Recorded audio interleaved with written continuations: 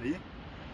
Alors les petits jeunes, je vais vous souhaiter un joyeux anniversaire et pour ça je pense bien à vous et je vous fais un petit résumé des théories de la justice sociale. Alors, number one, la vision, la conception utilitariste et juste ce qui est bon. Est-ce que c'est juste qu'on se retrouve là avec ma chérie et qu'elle commence à être fatiguée? Eh bien c'est juste si tout le monde maximise son bonheur, si le bonheur des deux personnes est optimisé. On dit que c'est une théorie conséquentialiste. Petit 2, la conception hayekienne de la justice sociale. La justice sociale est un mirage. Pourquoi? Eh bien tout simplement, le résultat du marché de la catalaxie est imprévisible. Il ne peut être attribué à aucune intention individuelle. Du coup, eh bien, il serait complètement injuste de toucher un résultat qui n'est pas plus juste ou injuste que le fruit d'une avalanche. Une avalanche, c'est le fruit de la nature. Les résultats du marché, c'est le fruit d'une complexité, d'une hyper-complexité des interactions individuelles que l'on ne peut attribuer à aucun individu proprement dit. Et bien du coup, on n'a pas on peut pas toucher à aucune redistribution, même si c'est vrai que dans un point de vue libéral, il serait bon d'affirmer l'égalité des chances. Alors, il y a une petite version de ça, c'est genre Murray-Rothbard, ce sont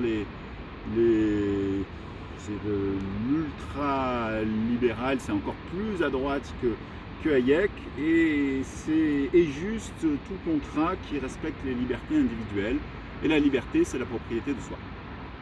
Alors, la vision communiste, deux versions. La version marxiste au sens pur, en fait, la justice, c'est juste une conception sociologique propre au mode de production pas capitaliste, c'est-à-dire à l'époque. Ainsi, c'est vrai qu'il serait juste d'instaurer des zones d'éducation prioritaire, de faire de la redistribution, mais ça ne serait que retarder la grande révolution, le chant du cygne du capitalisme, le crépuscule, que dis-je, du capitalisme. Aussi, il faut plutôt faire en sorte que la situation s'envenime, que les foules comprennent et conscientisent leur exploitation par le capitalisme, et aujourd'hui on dirait le capitalisme financier, pour arriver au grand soir.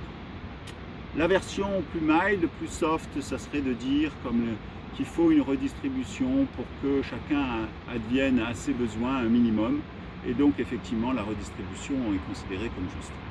Enfin, dernière conception qui s'inspire des théories du contrat social, Montesquieu ou bien John Locke, et surtout Rousseau, c'est ça que je voulais dire.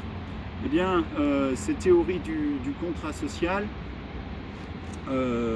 c'est notre ami John Rawls qui écrit en 1970 A Theory of Justice. Et donc dedans, il essaye de concevoir la vision à la fois la vision libérale et à la fois une vision redistributive. Et donc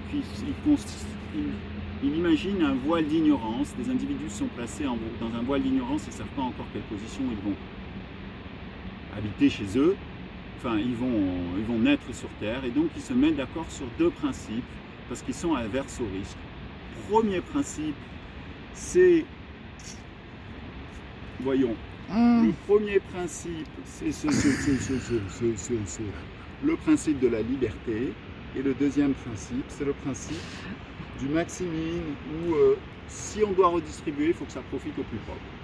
Et voilà, alors je ne vous ai pas fait la vision des capabilities d'Amartya Sen, mais si ça vous intéresse, eh ben vous irez le revoir. Bonne année et à bientôt.